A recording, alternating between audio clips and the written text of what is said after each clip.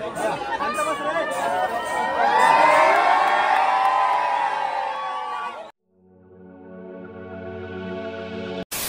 Welcome back to channel, welcome back to new video. तो मी आलेलो आहे नाशिकला आणि खूप दिवसांपासून व्लॉगमध्ये कंटिन्युटी नाही आहे, त्यासाठी सॉरी खरंच. कारण विषय असा आहे की जॉबचं आणि बिझनेसचं थोडं गोष्टी चालू आहेत, त्यामुळे मला व्लॉग करायला मिळत नाही. पण आता आलेलो मी नाशिकमध्ये घरी आणि मी व्लॉग्स केलेच नाही. पण आज आहे, काल होती होळी आणि आज आहे धुलिवंदन. सो आपल्या नाशिकमध्ये पंचवटीत दाजीबावीर म्हणून प्रथा आहे की दाजीबावीर हा फिरवला जातो. सो त्याचा इतिहास आपण जाणून घेऊया की कसा असतो, काय असतो. सो मी आता आलेलो पंचवटीत बुध आलोयजवळ इथं दाजीबावीरांचं घर आहे. सो तो पूर्ण सोहळा कॅप्चर करण्याचा मी ट्राय करणार आहे. मला पण काही गोष्टी माहिती नाही, ती माहिती करून घेऊ. आणि जर तुम्हाला माहिती असेल तर तुम्ही कमेंटमध्ये सांगू शकतात. आणि यस, मी आता आलेलो आहे. आता थोड्या वेळात, आता वाजले 3:30, 1:45-4 चालू होणार आहे. मग तो पूर्ण असा मिरवणूक त्याची निघते आणि ती गंगेवरही जाते, कपालेश्वर वगैरे तिकडे. आणि तिकडनं मग फिरून पुढे काय कसं काय होतं ते सगळी इन्फॉर्मेशन आपण घेऊ आजच्या ब्लॉगमध्ये. सो स्टे ट्यून, शेवटपर्यंत बघा पूर्ण ब्लॉग. आणि यस, मराठीमध्ये करतो आहे कारण मग आपल्या जो म्हणजे परंपरा आहे ती लोकांपर्यंत पोचायची. मलाही काही गोष्टी माहिती नाही, जितक्या माहिती तितक्या सांगण्याचा प्रयत्न करेल. बाकी खूप सारे लोक आहेत तिथं ज्यांना माहिती आहे तो इतिहास किंवा परंपरा आपल्या काय होत्या पूर्वीच्या दाजीबावीरांच्या नाशिकच्या पंचवटीतल्या. सो ते कॅप्चर करण्याचा मी प्रयत्न करेन जितकं पॉसिबल होईल तितकं. आणि यस, आता सुरू होते ते मुकुट वगैरे ते धारण करताना ते चालू आहे प्रोसेस. सो तिकडे जाऊया.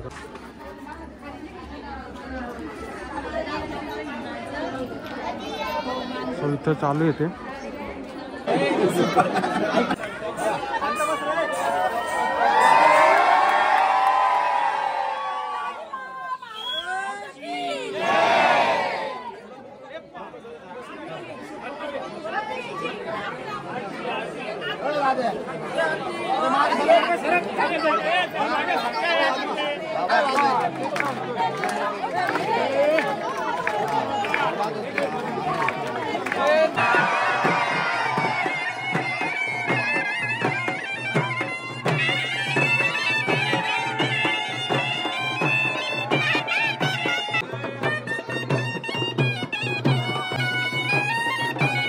आता जे व्हिडिओ तुम्ही बघितले ते सगळे होते दाजीबा म्हणजे त्यांच्या घरातून बाहेर आलेले. आणि आता त्याची जी आपलं मिरवणूक बोलतात ती या साईडने गेली, म्हणजे राईट साईडला, म्हणजे त्यांच्या घराच्या बाहेर निघाल्यावर तिथं दिसत असेल जो मंडप टाकला आहे ना, तिथून मंडपच्या पुढे गेलेली पुढे.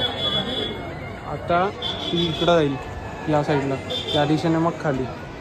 मग असं आहे. आणि आपल्याला जी इन्फॉर्मेशन घ्यायची की कोणी म्हणजे 300 वर्षापूर्वीची ही परंपरा आहे. 300 वर्षापासून कंटिन्युअस अशीच मिरवणूक निघते आणि ही 3 ठिकाणी निघते नाशिकमध्ये. तर ही त्याच्यातली एक बुध आलोयजवळची लोकेशन आहे आणि अजून 2 ठिकाणी, पण आपण एकच लोकेशन आहे ॲट अ टाईम कवर करू शकतो. सो त्याची जी डीप इन्फॉर्मेशन आहे, हिस्ट्री वगैरे इन्फॉर्मेशन, ती आपण आता जाणून घेऊ. जे ओल्ड पीपल आहे त्यांना माहिती असेल त्यांची परंपरा काय असतं, हे नेमकं कशा गोष्टी काय आहे दाजीबावीर, ते सगळं जाणून घेऊ. So let go. तर दाजीबावीरबद्दलची माहिती सांगायला इथले जे स्थानिक आहेत त्यांच्याकडनं माहिती जाणून घेऊ. दादा, तुझं नाव? युवराज शिला. हां, तर तो दादा माहिती दिला आता आपल्याला त्याबद्दल की मला एवढी माहिती नाही. सो दादा इथला स्थानिक आहे, त्याच्या वडिलोपार्जित इथंच राहता ना तो भाऊ. सो त्याबद्दल तू माहिती दे, आपण ती ऐकून घेऊ. नमस्कार, जय दाजीबावीर. दाजीबावीर टोटल 4 आहेत नाशिकमध्ये. त्याच्यातले 3 प्रमुख आपल्या नाशिकमध्ये आणि 1 जानोरी तालुक्यात. तर 3 कोणचे? सर्वात प्रथम येतो आपला दाजीबावीर जो जुना नाशिकमध्ये. त्याच्यानंतर दुसरा येतो भागवतांचा.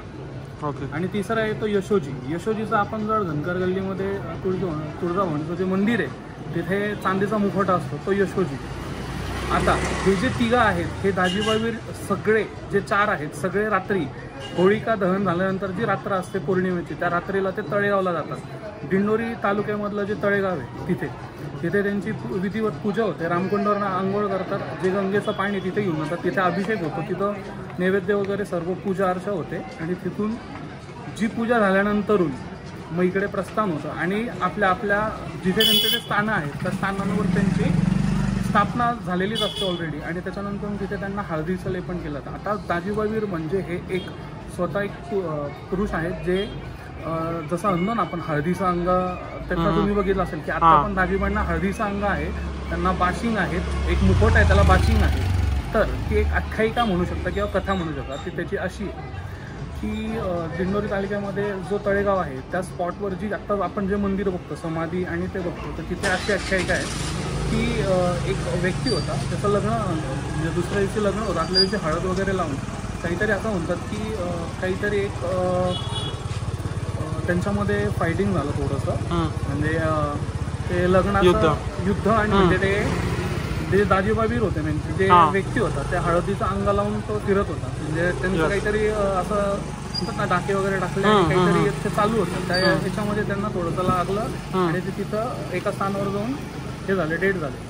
तर तिथे स्थानावर डेट झाल्यानंतर त्यांच्याबरोबर एक कुत्रं होतं, ते पण तिथे तुम्ही मंदिराच्या बाजूला गेलं कुत्र्याची पण एक समाधी दिसेल तिथे, तर तिथे आहे तसं. आता तर त्या दिवशी त्याच्यानंतरून ते जसं हळदीचं अंग घेऊन ते एक्सपायर झाले, डेट झाले, तर एकाच्या स्वप्नात आले की तू ह्या दिवशी धुळीवंदनच्या दिवशी जर मला बाहेर काढलं, जसं एखादा आपण बघितलं की इथं वाद्य सनई आहे, डप आहे, एक वाद्य, जसं लग्नापुढं जशी मिरवणूक चालली तशी इथं मिरवणूक चालेल, त्या पद्धतीने जर तू मला मिरवलं आणि लोकांच्या मी जसं लग्न नसेल जमत किंवा काही बायकांना जे त्रास असेल ते त्रास त्यांचे दूर करून देईल, अशा सगळ्या गोष्टी तिथे तू आजच्या दिवशी मला बाहेर काढत तर मी सगळ्यांच्या वेदना दूर करू शकतो, असं ती आख्यायिका आहे. मग त्यामुळे आज धुळीवंदनचा मान असतो. आणि आपण जे बघितलं दाजीबावीर हे बेलगावकरांच्या घरामध्ये, आणि हे दरवेळेस आता आपण म्हटलं की बाळपण हातात घेऊन नाचत होते, त्याचं असं होतं की ज्या लोकांनी पण नवस केलेले आहेत त्या लोकांचे नवस झालेले बाळ ज्यावेळेस येतात तर मग ते नाचवण्यासाठी परत देत असतात.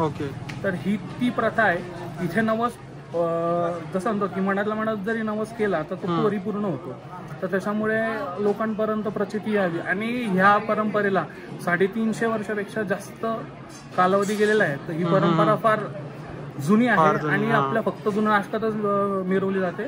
बऱ्यापैकी काही लोकांना हे सोंग वाटतात, जसं सोंग नाचवले जातात तर त्या प्रकारचं हे आहे. बट हे सोंग नाहीये, हे प्रॉपर दाजीबावीर जे आहे त्यांचं आहे. आणि बाकीची माहिती आपल्याला व्हिडिओच्या दरम्यान कळून. सो ही सगळी जी माहिती दादाने सांगितली ती त्याने प्रत्यक्ष अनुभवलेली आहे. म्हणजे तो इथं अनेक वर्षापासून राहतो तर त्याला ती माहिती आहे. सो लास्टला आपल्यासोबत माझा मित्र आहे घेतो फक्त. त्याच्यानंतर रंगपंचमी झाली 4 दिवसानंतर, म्हणून कारण की दुसऱ्या दिवशी हा दाजीबा यांचा सण असतो. त्या दिवशी वीर निघता की प्रत्येक घरातला एक लहान मुलगा तो गंगेवर या ठिकाणी होळीभोवती प्रदक्षिणा मारतो. जो आपल्या घरात जो आपण वीर बनवतो, जो आपल्या पूर्वजन्मात जो मुलगा कमी वयात वारलेला असतो त्याची आपण दरवर्षी पूजा करत नाही, श्रद्धा करत नाही, लहान मुलं वाहन असतात. पण आपण ह्या सणाच्या वेळेस त्यांना एक आठवण म्हणून, त्यांची आठवण म्हणून होळीच्या भोवती प्रदक्षिणा मारून त्यांना नाचवतो. असा आहे हा एक नाशिकमधला सण आहे. ठीक आहे. तर ही त्याला माहिती असलेली की त्याने माहिती सांगितली आणि खूप छान पद्धतीने म्हणजे मी पूर्ण कॅप्चर करण्याचा प्रयत्न केला. हा एक गोष्ट अशी होती की मी नाशिकला या निमित्ताने आलेलो होतो आणि त्या निमित्ताने मला ते अनुभवायला भेटलं. सो यस, आजचा झाला हा ब्लॉग. तो पुढच्या याच्या पुढे आता रंगपंचमी 19 तारखेला आहे. संपूर्ण महाराष्ट्रात आणि भारतात धुलीवंदनलाच रंगपंचमी खेळली जाते, पण नाशिकचा पॅटर्नच वेगळा आहे. तर ते 19 तारखेला रंगपंचमी ऑन डेट जी असते तेव्हाच साजरी केली जाते. सो रंगपंचमी 19 तारखेला पण ती मला अनुभवायला भेटते का नाही ते नाही माहिती. बट हा एक जो 300 वर्षांची परंपरा असलेला जो कार्यक्रम होता, जी मिरवणूक होती दाजीबावीरांची, ती मी कॅप्चर करण्याचा प्रयत्न केला आणि अनुभवण्याचा प्रयत्न केला. खूप भारी एक्सपिरियन्स होता. नेक्स्ट इयरला पण ट्राय करेल मी की रंगपंचमी आणि हा सुद्धा सण जो काही मिरवणूक आहे, जी काही परंपरा आहे ती एक्सप्लोअर करण्याचा अजून जास्तीत जास्त प्रयत्न करेल. पण हा ब्लॉग इथंच थांबूया आणि एंड करूया. भेटू नेक्स्ट ब्लॉगमध्ये. तोपर्यंत जय श्रीराम.